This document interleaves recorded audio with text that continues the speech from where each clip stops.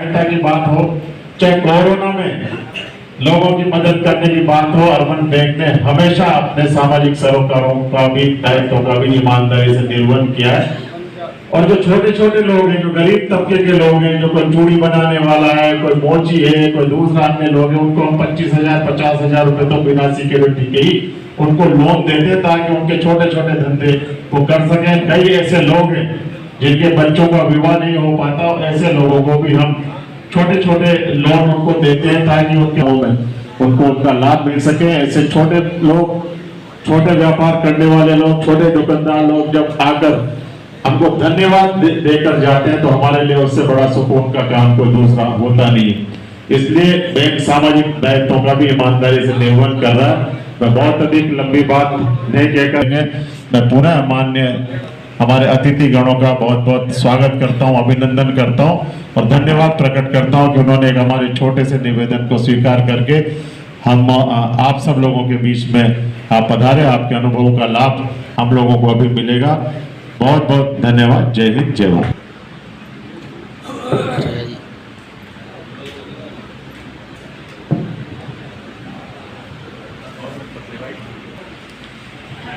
Bank अध्यक्ष जी ने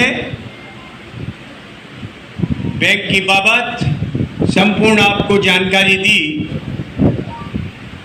एक गर्व की और बूंदी की आन बान और इस लोकतंत्र के युग में पूरे बूंदी जिले की तीनों सीटों के तीनों दिग्गज विधायक विधानसभा में आपके बूंदी के हितों की बात रखते हैं। ऐसे तीनों विधायकों का मैं बैंक की ओर से बहुत बहुत आभार, धन्यवाद देना चाहूँगा, आपका अभिनंदन करना चाहूँगा। पाटन से,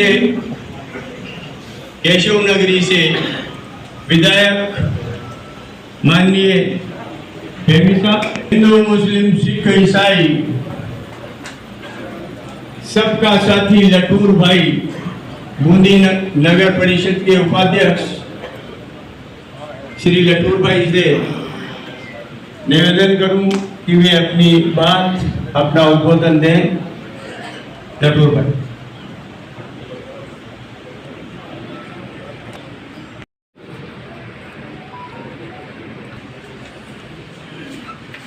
सबसे पहले तो मैं हार्दिक अभिनंदन करना चाहूंगा। बाबूजी के ऊपर आपका विश्वास, हरिमोहन जी के ऊपर जो आपने इतना बड़ा विश्वास कायम किया है, उसी की बदौलत है कि आज हमारा ये बैंक निरंतर प्रगति की ओर जा रहा है। मैं आज बड़ी खुशी हो रही है मुझे कि आज हमारे बीच में हमारे 3 विधायक बुलंद नेता मान्य अधिवेशन में हार्दिक स्वागत, अभिनंदन।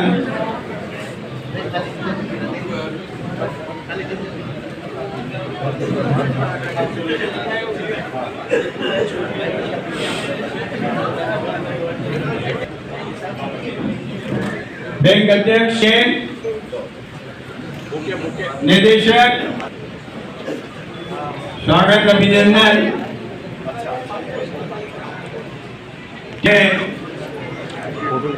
पाटन विधायक। वार्षिक आम सभा के इस प्रोग्राम में हमारे बीच में वर्मा साहब, पूर्व खेल राज्य मंत्री और हिंडोली के विधायक अशोक चांदना जी,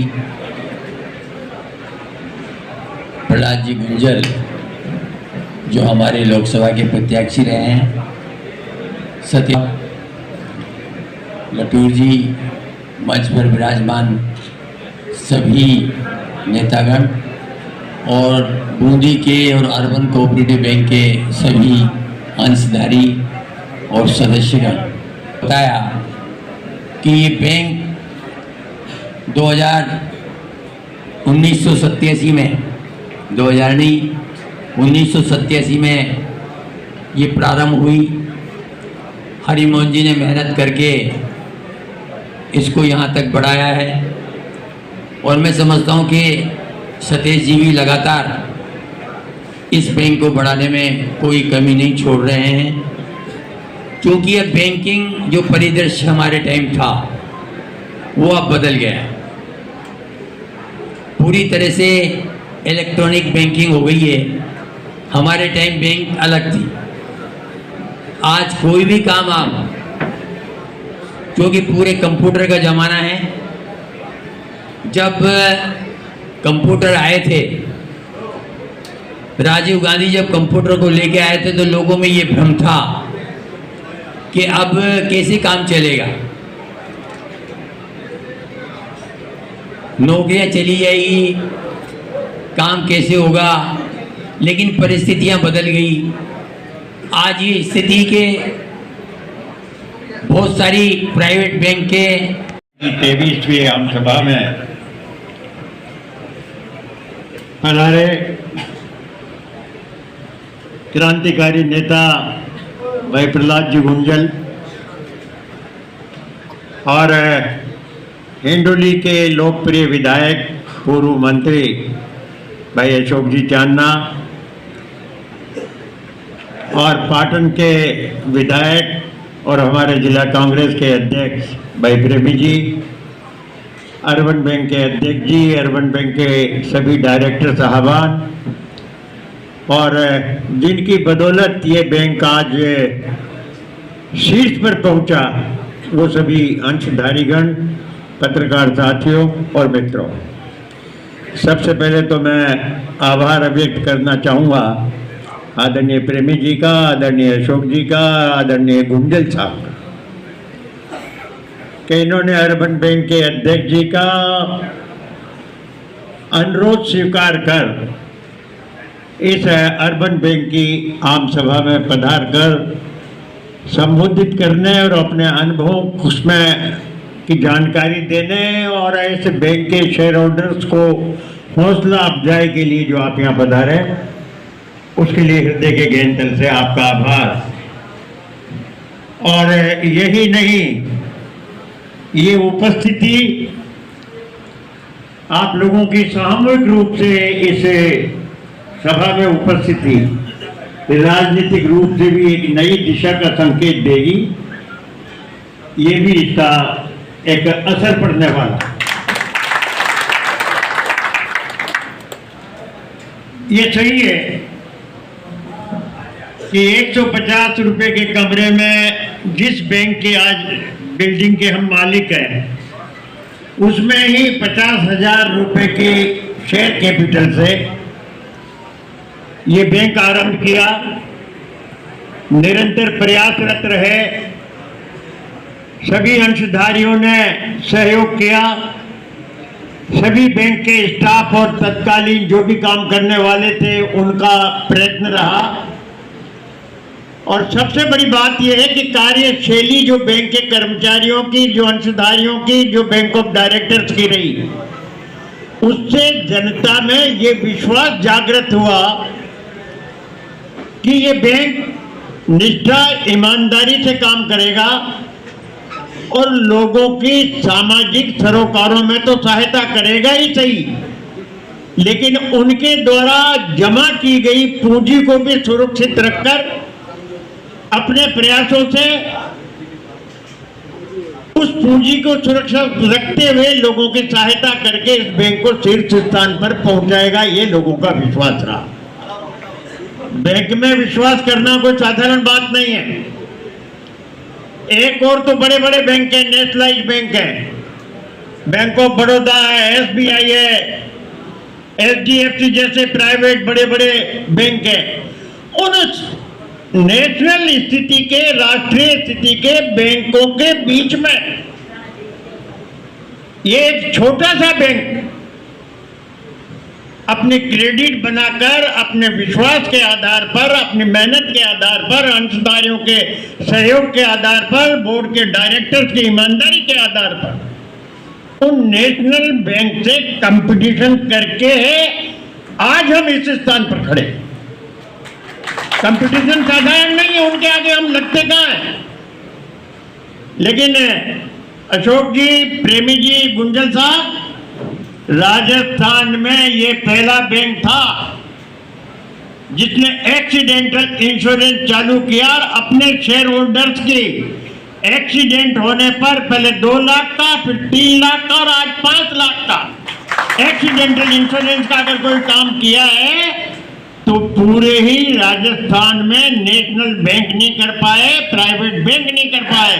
लेकिन ये अर्बन बैंक है, बूंदी का एक छोटा सा बैंक जिसने प्रदेश स्तर पर एक नवीन पहल की और जिसका अनुसरण आजकल सब बैंक करने लगे। इन सब बातों के साथ मैं, चुनाव भी होते हैं और यही एक ऐसा बैंक है, कोटा में भी हैं कई अर्बन बैंक आपके, लेकिन वहाँ ऐसी आम सभाएं नहीं होती। वहाँ गिनती के आदमी को एकत्रित कर, कोरम पूरा कर और उसमें सभी बातें हो जाती है। हमारे कई बार हमारे अतिथि रामकृष्ण जी बिड़ला भी रहे, उनको भी हमने कई बार बुलाया, उनका भी आशीर्वाद लिया। वो खुद ही कहते थे, यार आप इतनी बड़ी आम सभा क्यों बुलाते हो? लेकिन आम सभा बुलाकर लोगों के सामने अपने उस बैंक की प्रगति और कमियों की जानकारी लेने की बात, जब तक आप आम सभा न बुलाओगे तो वास्तविकता आपके हमारे सामने नहीं आएगी। खुली किताब रख, जैसे प्रेमी जी है ना, अभी प्रेमी जी कई बातें सुना रहे थे, अपन को वैसे नहीं करना है। अपन को उतनी हिम्मत भी नहीं दिखाना। अपन को तो अपने बैंक का जो आप सब लोगों का जो अपनी जो प्रतिष्ठा बनी हुई है, उस विश्वास को कायम रखकर अपनी हैसियत के अनुसार काम करना। ये सही है कि प्रेमी जी इस बैंक के मैनेजर बनने के बाद और पाटन में पोस्टिंग होने के बाद इधर तो बैंक मैनेजर ही करते थे, इधर हर एक कांग्रेस का फंक्शन अटेंड करते।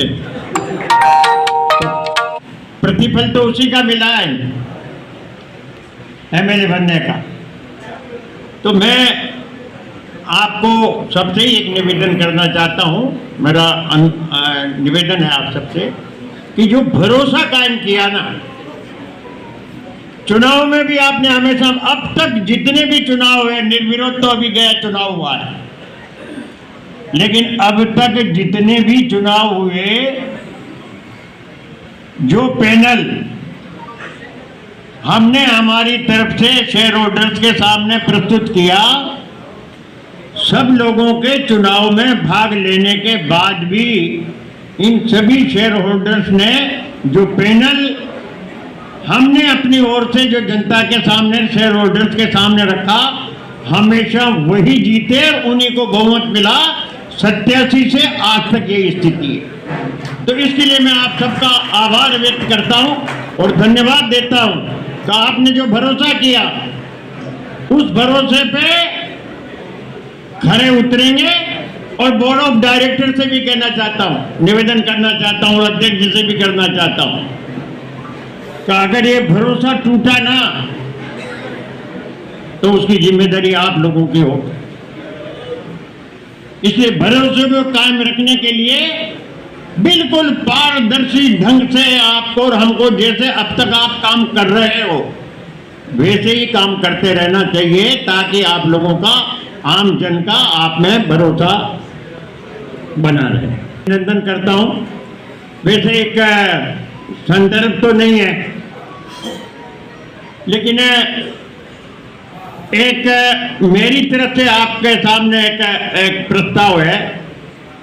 वो राजनीतिक नहीं है, वो सभी बूंदी की, जितने भी बूंदी जिले के जो भी लोग हैं, गुंजल साहब सहित, कि हम जो वर्तमान परिस्थिति है उसमें एयरपोर्ट के बनाने का तो हम समर्थन करते हैं, खुले दिल और खुले दिमाग। 3000 बीघा जमीन भी बूंदी जिले की उसमें गई। मैंने विधानसभा में भी उठाया था कि एमओयू जो हुआ, उस एमओयू में बूंदी का नाम नहीं है। तो हम यहाँ भी सर्वसम्मति से ये प्रस्ताव पारित करते हैं, जमीन हमारी, जिला हमारा, और एयरपोर्ट के एमओयू में हमारा नाम नहीं होना हमारे लिए चिंता की बात है। इसलिए हम सब बूंदी के लोग ये मांग करते हैं कि एमओयू में, एयरपोर्ट में बूंदी का नाम होना चाहिए। अगर बूंदी का नाम नहीं हुआ, बूंदी का नाम नहीं हुआ, बूंदी की जमीन पर बूंदी बनने वाले में बूंदी का नाम नहीं हुआ, तो हम डटकर इसका प्रतिरोध करेंगे। आप सब हाथ खड़ा करके इस बात को प्रमाण करें कि हाँ, बूंदी का नाम उसमें होना चाहिए। यहाँ आप सब पधारे, उसका बहुत बहुत धन्यवाद और जय हिंद। भरोसा रखो, बैंक आपके हिसाब से। कि Bundi urban cooperative bank limited के 23वें वार्षिक अधिवेशन में आपके हमारे बीच में बूंदी जिले के सबसे वरिष्ठ विधायक और सभी कांग्रेस जन के मार्गदर्शक परम सम्मान्य हरिमोहन जी शर्मा साहब, पार्लियामेंट के कैंडिडेट रहे, जुझारू, संघर्षशील और आम जन के लिए सड़क पर आकर संघर्ष करने वाले हमारे बड़े भाई प्रहलाद जी गुंजल साहब, पाटन के प्रेमी, आपके प्रेमी, मेरे प्रेमी, सबके प्रेमी, जिन्होंने कार्यक्रम के दौरान जब आपने बैंक के अधिवेशन में बुला लिया तो उनके दिल के धागे भी उन्होंने खोल के आपके सामने रख दिए। उनके जीवन की जो कई बातें ऐसी थी शायद और कई लोगों को पता नहीं होगी, वो इस अधिवेशन में हम सबको पता लग गई। ऐसे हमारे साथी विधायक सम्मान्य सीएल प्रेमी जी, हमारी पूर्व चेयरमैन नहीं, क्योंकि वोटों से तो यही बनी है। लोकतंत्र में और संविधान में ये गलत परंपरा इस राजस्थान में पहली बार पड़ी है। नहीं तो 60 साल 65 साल कांग्रेस ने भी राज किया है देश में। यदि देश की संस्थाओं को कानून खत्म करके उनका अधिकार छीनकर चुने हुए प्रतिनिधियों को हटाने की प्रथा डालनी होती तो शायद कभी भी दूसरी पार्टी देश में चुनकर नहीं आती। लेकिन इस देश को ऐसा संविधान कांग्रेस पार्टी ने दिया। ये कांग्रेस पार्टी की मीटिंग नहीं है, लेकिन जो बात है वो चली है तो दूर तक तो जाएगी। देश को ऐसा संविधान 60-65 सालों में कांग्रेस पार्टी ने दिया कि जब देश के लोगों ने सोचा कि हमको चाय वाले को प्रधानमंत्री बनाना है, तो देश के लोगों के पास में उतनी ताकत थी कि एक चाय वाले को उठाकर प्रधानमंत्री बना। मैं समझता हूं कि उस संविधान और लोकतंत्र के नीचे ही हम सब, चाहे कोऑपरेटिव बैंक्स हैं, चाहे राजनीतिक लोग हैं, चाहे आम जन है, चाहे कानून व्यवस्था है, प्रशासनिक व्यवस्था है, जो भी व्यवस्था है उसके नीचे है। उसका सम्मान सबको करना चाहिए। हमारी चेयरमैन नवाल साहब, वाइस चेयरमैन साहब, मेरे भाई और मित्र, आपके बैंक के अध्यक्ष भाई सतेश जी, सम्मानित मंच पर सभी बैंक के पदाधिकारीगण और बैंक के आज इस हॉल के अंदर पधारे हुए सभी अंशधारी, शेयर होल्डर्स, साथियों, मैं समझता हूं कि ये जो किताब आज इस मीटिंग में, ये खुली किताब अर्बन कोऑपरेटिव बैंक ने पेश करी है बूंदी जिले के लोगों के सामने, ये कोई, इसमें बहुत ताकत लगती है।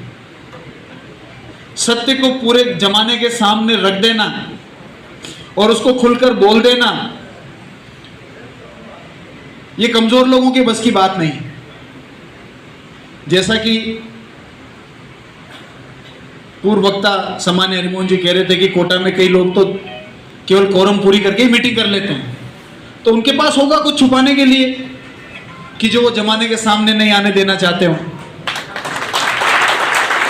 लेकिन सबसे बड़ी ताकत आपके बैंक की मैं आज ये देख रहा हूं, पहली बार आया हूं कि जमाने के सामने खुलकर सारे अकाउंट्स और सालाना प्रतिवेदन रख दिया, मुनाफा घाटा किसके क्या कारण रहे, ऑडिट सबके सामने रख दिया। मैं समझता हूँ इसमें बहुत ताकत लगती है और मैं समस्त शेयर होल्डर्स, समस्त आपके कमेटी अध्यक्ष महोदय, उपाध्यक्ष महोदय, आप सब बहुत बधाई के पात्र हैं कि आपने इतनी हिम्मत दिखाई और आप हर साल दिखाते हो और उसी वजह से बूंदी के शहर की जनता जो है आप पर हर चुनाव में विश्वास भी करती है और निरंतर आपके हाथ में मैनेजमेंट दिया हुआ है। मैं आपको इसकी बधाई देता हूँ, बहुत साधुवाद देता हूँ और आप इसी प्रकार से आगे बढ़ते रहें, आपका बैंक आगे बढ़ता रहे, इस बैंक के सब शेयर होल्डर्स उनकी प्रगति होती रहे, ऐसी में मेरी तरफ से शुभकामना आपको प्रेषित करता हूँ। निश्चित रूप से ये कब 37 साल पहले 1,50,000 रुपये से स्थापना करके आज 113 करोड़ की बैंक हो गई है। मुझे लगता है कि इसके दौरान बहुत नियम से, बहुत तपस्या के साथ में इस संस्था को खड़ा किया होगा। बहुत लोगों का इसमें योगदान होगा, जिन्होंने एज ए स्टाफ काम किया, जिन्होंने एज ए मैनेजर काम किया, जिन्होंने एज ए बोर्ड में काम किया, जिन्होंने एज चेयरमैन काम किया, जिन्होंने एज वाइस चेयरमैन काम किया, वो सब बधाई के पात्र हैं। आप सबको बहुत बहुत बधाई, बहुत बहुत शुभकामनाएं। साथियों, मैं ज़्यादा लंबी बात नहीं करूंगा, लेकिन 2-4 बात जरूर करूंगा। सबसे ज़्यादा चिंतित जो मैं रहता हूं, और मैं अक्सर उसको जब मुझे प्लेटफॉर्म मिलता है, जैसा भी प्लेटफॉर्म मिलता है मैं तो कह देता हूं। मुझे विधानसभा का प्लेटफॉर्म मिला, वहां पर कह दिया, और जहां भी मिलता है मैं कह देता हूं। आज यहां पर सैकड़ों की तादाद में, हजारों की तादाद में शहर के आमजन हैं, शहर के वरिष्ठ जन हैं, शहर के सम्मान्य जन, और एक बहुत बड़ा सवालिया निशान आज इस देश में आपके और हमारे सामने आकर खड़ा हो गया है। मैंने 5-7 दिन पहले एक वीडियो देखी एक पत्रकार महोदय की। भला जी, एक बच्चा उस वीडियो में कह रहा था, आप मेरे पेज पर देख सकते हैं, कि मेरे ऊपर गेमिंग के चक्कर में 96 लाख का कर्जा है। छात्र है वो, उसने कॉलेज भी नहीं करी, 96 लाख का कर्जा है। और अभी 2 दिन पहले एक कांस्टेबल की वीडियो आई कि मैं कांस्टेबल हूं, मेरे ऊपर 15 लाख का गेमिंग का सट्टे का कर्जा हो गया है, अगर मुझे चंदा प्राप्त नहीं हुआ तो मैं सुसाइड कर लूंगा। वो व्हाट्सएप के अंदर है, सबके पास में, सबके। ये हालात क्यों पैदा हो रहे हैं? ये हालात देश के लोगों के सामने हम लोग गंभीरता से इसके ऊपर सोचते क्यों नहीं है? कहां खड़ा है बाबूजी हरिमोहन जी? पार्लियामेंट कहां खड़ा है? पिछले 10 सालों में 12 लाख भारतीयों ने भारत की नागरिकता छोड़ दी। ऐसा क्या हो गया कि 12 लाख भारतीयों ने भारत की नागरिकता छोड़ दी? मैं दावे के साथ कह रहा हूं, आप लोग समझते हो इसलिए आपको बता रहा हूं कि एक भी व्यक्ति 12 लाख लोगों में से जिन्होंने भारत की नागरिकता छोड़ी, उनको निश्चित रूप से कोई ना कोई देश की नागरिकता तो मिली होगी, तभी तो एप्लीकेशन लगाएगा, भाई मुझे फलाने देश की नागरिकता मिल गई है, यहां से मुझे फ्री करो। और कम से कम एक व्यक्ति, हजार करोड़ का व्यक्ति होगा जो इस देश को छोड़ के गया, इससे नीचे का नहीं होगा, ऊपर कितना भी हो सकता है। तो इन 10 सालों में 12 लाख, हजारों करोड़पति जो इस देश को छोड़कर गए, और वो हजारों करोड़, लाखों करोड़ रुपए इस देश से लेकर जिन्होंने विदेशों के अंदर संस्थाओं का निर्माण किया, रोजगार का निर्माण किया, उन संस्थाओं के ऊपर, उन रोजगारों के ऊपर इस देश के बच्चों का, आपके परिवारों के बच्चों का अधिकार था। और अशोक चांदना जिम्मेदारी के साथ कह रहा है, आप पार्लियामेंट में चाहे सवाल लगा के देख लो, ये पार्लियामेंट का आंकड़ा बता रहा हूं मैं आपको। और उसी की वजह से आज देश की यूथ पॉपुलेशन को किस में बिजी किया जा रहा है? सोशल मीडिया के ऊपर। वो बना रहे हैं, आज हमने भिंडी की सब्जी खाई है, अब हम जा रहे हैं, यहां से पार्क के बाहर से निकले और अब हम जाके सो जाएंगे। इस पर व्यस्त है देश की यूथ पॉपुलेशन। ये कैंसर है, ये जो हमारे को गेमिंग, सोशल मीडिया, इन्फ्लुएंसिंग, ये इस देश के लिए, इस देश के भविष्य के लिए, आपके हमारे आने वाली पीढ़ियों के लिए कैंसर है। क्यों?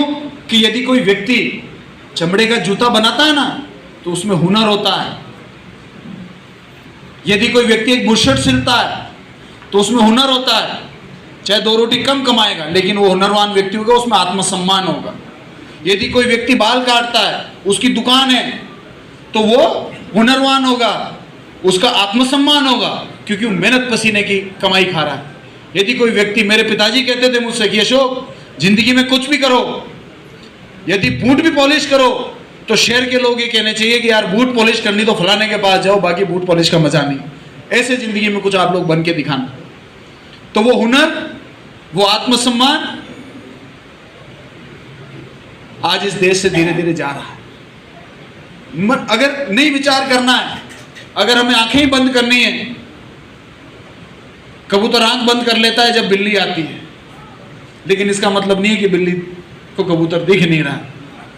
इन चीजों के ऊपर, आज ऑनलाइन सट्टे के ऊपर इस देश की युवा पीढ़ी कहां जा रही है, इसके ऊपर गहन मंथन होना चाहिए। हमारा समाज कहां जा रहा है, हमारे परिवारों की व्यवस्था कहां जा रही है, बड़े बुजुर्गों का मान सम्मान कहां जा रहा है। एक जमाना ऐसा होता था जब हमारे भारतीय समाज में घर के बाहर अगर कोई बड़े बुजुर्ग ताऊ जी या बाबा जी बैठे हुए हैं तो छोटे बच्चों की हिम्मत नहीं होती थी कि घर से बाहर निकल जाए। अगर पूछ लिया कि बेटा कहाँ जा रहा है तो जवाब देने की हमारे में हिम्मत नहीं होती थी। एक वो समाज भी, हमारा वो भी समाज है। हमारे तो नदियों के नाम है, पेड़ों के नाम है, गायों के नाम है। हम तो उस समाज से हमारी संस्कृति जुड़ी हुई है कि जिसमें मतलब पशुओं के भी नाम होते हैं, पेड़ों के भी, नदियों के भी, पहाड़ियों के भी नाम होते हैं। हम उस संस्कृति से जुड़े हुए। लेकिन आने वाले समय में मेरा ये मानना है, क्योंकि आप सब गणमान्य लोग हैं, इसके ऊपर सोचने की ज़रूरत है कि क्या online gaming, social media influencing क्या समाज को, बच्चों को, युवाओं को सही दिशा में लेकर जा रही है। अगर इसके ऊपर हम विचार विमर्श नहीं करेंगे, आपस में चर्चा नहीं करेंगे, तो आने वाले समय में बहुत भयावह स्थिति हमारे सामने खड़ी हो जाएगी। मुझे लगता है कि यदि आप इसके ऊपर विचार करेंगे तो 4 बात का इसमें कोई ना कोई सुधार हम लोग करने के दिशा में बढ़ पाएंगे, क्योंकि अभी तो कोई विचार ही करना नहीं चाहता। जिस दिशा में हमारे देश का युवा जा रहा है, हम तो काम कर रहे हैं, हमारे से जितनी बनेगी हम तो काम कर रहे हैं, और जो हमारे पास में आता है उसको हम शिक्षा वो ही देते हैं। ये तो हिम्मत वाले होते हैं, प्रेमी जी जैसे, जो खुला दिल करके सारा काम कर देते। उतनी हिम्मत नहीं है हर किसी, लेकिन हमारे पास जो आते हैं उनको शिक्षा अच्छी देते हैं कि भाई आपका काम इस वजह से नहीं हो पाया, ऐसे करेंगे, लेकिन आप ऐसे ऐसे चलो, आगे जिंदगी में ऐसे मिलो। कम से कम हम इन चीज़ों के ऊपर सोच विचार करें, और जिससे जितना हो। ये तो जरूरी नहीं कि सारा इनकलाब ला देगा, कोई 10 मिनट, कोई आधा घंटा। मैं शिक्षित बेरोजगार लोगों से चर्चा करता हूँ, कहते साहब बेरोजगार हैं। मैंने कहा बेरोजगार अगर आप हैं और आप शिक्षित भी हैं तो घर के 2 बच्चों को ट्यूशन दे दो। समाज सेवा करना चाहते हो, गांव के 5 बच्चों को बिठा दो, गरीब परिवारों को, उनको ट्यूशन दे दो 2 घंटा। अगर खाली बैठे हो तो कुछ समाज सेवा कर दो, गांव के 20 बच्चों को बिठा के आप मैथमेटिक्स की ट्यूशन दे दो, जो आपका सब्जेक्ट है उसमें ट्यूशन दे दो, आपका समय नष्ट नहीं हो। और इसी बात से मेरे को याद आया, बुजुर्ग लोगों की सेवा का जो एक बीड़ा बूंदी के विधायक महोदय ने उठाया हुआ है दशकों से, मैं उनका भी बहुत बहुत आभार प्रकट करता हूं कि ऐसा सोच और विचार किसी ने किया तो सही। और आपसे मार्गदर्शन लेकर मुझे लगता है आने वाले समय में और भी लोग इस प्रकार के अच्छे काम करेंगे। आप सब लोगों ने यहाँ बुलाया, हमारा मान सम्मान किया, हमको इस आपकी अधिवेशन में कई चीज़ें सीखने को मिली, उसके लिए आप सबका बहुत बहुत धन्यवाद सबको। मेरा सम्मानित मंच, मेरे सामने इस 23वीं वार्षिक आम सभा में उपस्थित बैंक परिवार, मैं सबसे पहले तो इस शानदार आयोजन की आप सबको बधाई देता हूं, शुभकामनाएं देता हूं। क्षेत्र से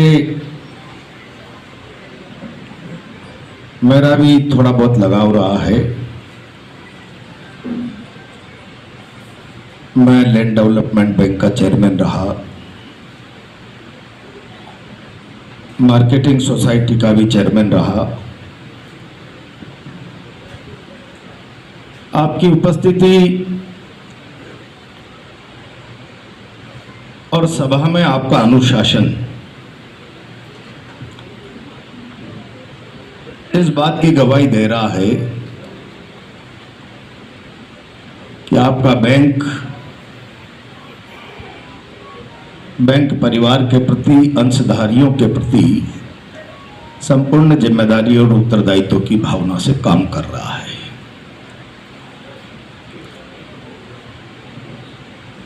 कई आम सभाएं मैंने देखी है, संचालक मंडल के कामकाज को लेकर सवाल खड़े होते हैं, सभाएं अखाड़ा बन जाती है। आम सभा बैंक के बेहतरीन कामकाज का संकेत दे रही है। तेज जी को और पूरी टीम को बधाई देता हूं, शुभकामनाएं देता हूं। जी ने, अशोक जी ने, आदरणीय हरिमोहन जी शर्मा साहब ने कही है, इन्हें तो बैंक के बारे में आज को लेकर जो कहा है उस पर तो मैं इतना सा ही कहना चाहूंगा ताकि मैं एमएलए बनूं, इसलिए दिल खोलकर लोगों के लिए काम करूं। से कोई बैंकिंग सेवा से जुड़ा हुआ व्यक्ति अगर एमएलए बनने की सोच रहा हो तो आज के युग में प्रेमी जी की तरह मत करना। तो एमएलए बन गए, वो एमएलए बनेंगे कि नहीं बनेंगे, लेकिन ठीक जगह पहुंच जाएंगे।